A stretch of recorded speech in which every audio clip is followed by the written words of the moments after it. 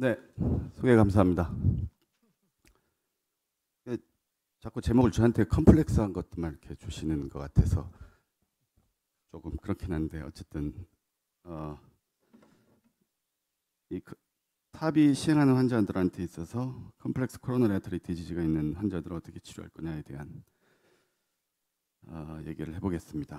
뭐 다 아시는 것처럼 이렇게 탑이 대상이 되는 올드에이지 분들이기 때문에 뭐 코로나리 디지즈 프리밸런스가 뭐 많게는 80%까지 보고가 되고 있죠. 그래서 이런 환자들한테 있어서 그러면 코로나리 디지즈는 이제 평생에 해결해야 될 이제 이슈인데 이런 세 가지 정도로 제가 한 리졸브도 되지 않은 이슈들이 있을 거다라고 생각을 해봅니다. 첫 번째는 이제 탑이 전에 코로나리 디지즈의 시비어리티를 우리가 이제 뭐 정확하게 평가를 할 수 있냐, 이런 특히 피지올로직하게. 두 번째는 만약에 그게 시그니피컨트하다 그랬을 때는 어떤 스트래티지, 그러니까 탑이 전에 PCR을 할 건지 동시에 할 건지 탑이 후에 할 건지 뭐 이런 거에 대한 이슈가 있을 거고요.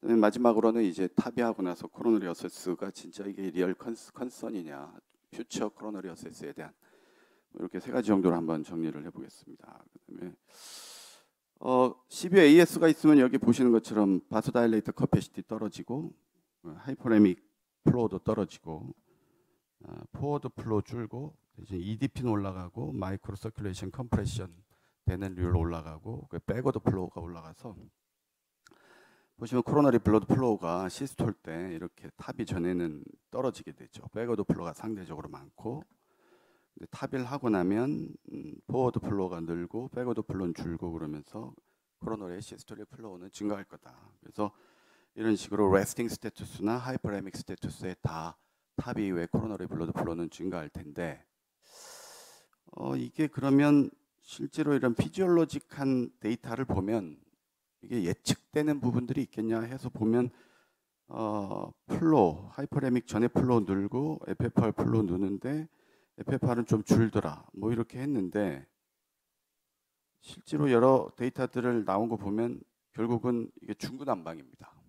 그러니까 탑이 전에 하면 탑이 이후에 FFR이 좀 더 줄 거다 했는데 보면 느는 사람도 있고 똑같은 사람도 있고 뭐 그렇다라는 거죠. 그래서 이게 탑이 그러니까 그 CBU에 AS가 있는 상황에서 코로너리 블러드 플로우가 피지올로직하지 않은 상황에서는 이런 피지올로직 스터디가 별로 도움이 안 될 것 같다라는 게 제 생각. 뒤에 이제 박대규 선생님 또 얘기하시겠네요. 제 생각이고. 그래서 뭐 이 환자 같은 경우 CBU AS 환자고 이거 어떻게 넘겨? 그래서 RCA CTO 그다음에 LAD에 인터미디트 리전 있고 그래서 이 환자는 CTO 인터벤션을 뭐 하죠 저희가. 그래서 인터벤션 하고 그리고 나서 LAD를 어떻게 하지 고민하다가 FFR 한번 해볼까 해서 FFR 해봤더니 0.75 나왔습니다.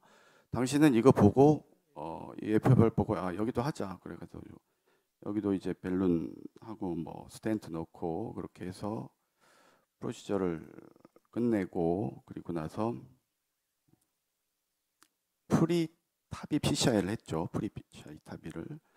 그리고 나서 타비를 시행해서 뭐 결과는 다 깔끔하게 끝났고 환자는 심통 없고 그렇긴 한데 지금 드는 생각은 저 LAD를 PCI를 해야 될 거냐라는 거에 대한 고민이죠. 그러니까 사실은 지금 생각해 보면 탑이 하고 나서 다시 나중에 피지올로직 스타디를 하든 아니면 트레드밀 테스트를 해보든 해서 이스케미아가 이제 컨펌 되면 그때 뭐 손을 대든지 할 텐데 저 당시에는 저 FFR을 그냥 아무 생각 없이 믿고 그냥 했던 것 같습니다.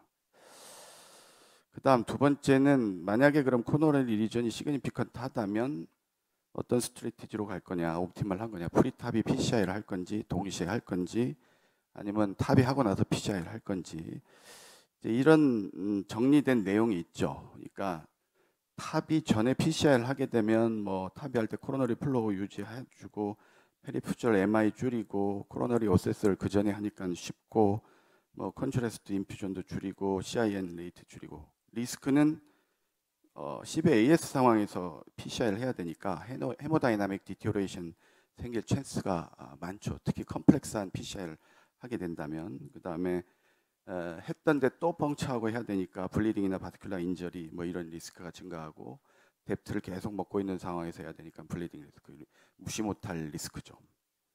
동시에 하게 되면 뭐 여러 가지 장점이 많습니다. 뭐 이런 바스큘라 펑처를 다시 할 필요 없고 코스트 줄이고 헤모다이나믹 디티로에이션에 대한 걱정도 줄이고 그런데 오퍼레이터가 힘들죠. 그걸 다 하려면 오퍼레이터가 피곤하고 힘들고 CIN 리스크가 또 높아지고 탑 이후에 PCI를 한다 그랬을 때는 아까도 얘기했던 것처럼 탑 이후에 코로나리트리 디지즈 이게 진짜 시그니피컨트 한 건지에 대한 피지올로직 스타디를 통해서 보다 정확하게 우리가 리전 시비어리티를 평가할 수 있다라는 거. 그다음에 헤모다이나믹하게 안정된 상태에서 코로너리 인터벤션 할 수 있다. 뭐 이런 정도로 우리가 정리를 할 수 있을 것 같습니다.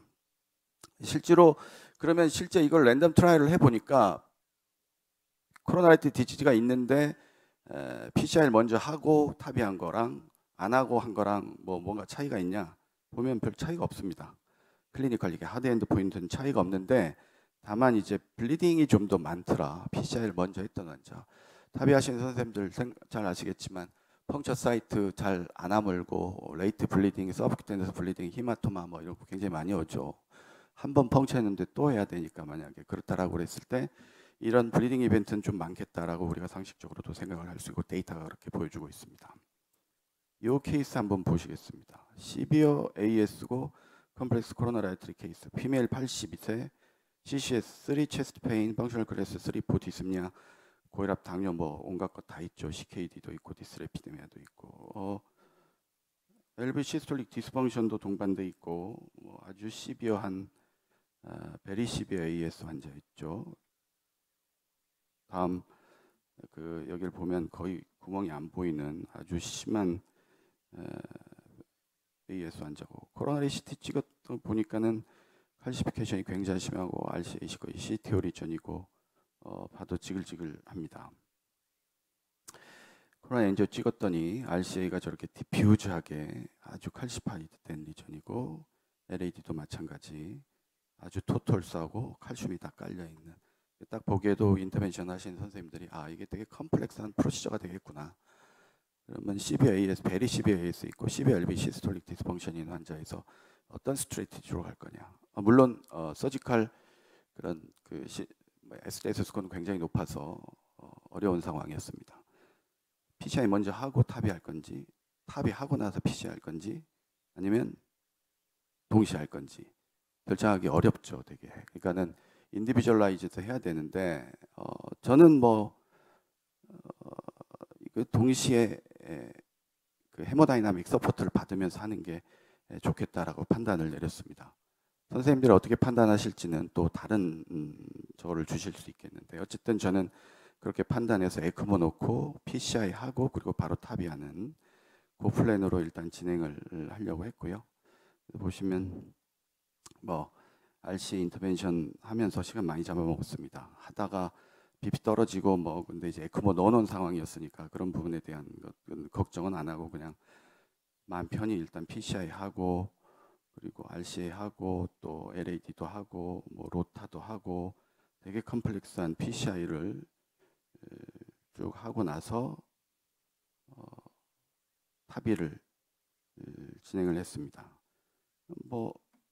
일단은 프로시저는 잘 끝났는데 에크모 놓고 CCU 가서 환자가 다음날 에크모를 이제 떼려고 하고 있는 중에 환자가 스트로크가 왔습니다. 그래서 MCA가 토탈돼서 스트로크가 왔고 그래서 신경과에서 또 들어와서 프로시저 하고 이런 굉장히 컴플렉스한 프로그레스를 보였고 지금은 이제 메리 팔로업 중인데 어쨌든 임팍 후유증을 갖고 있죠.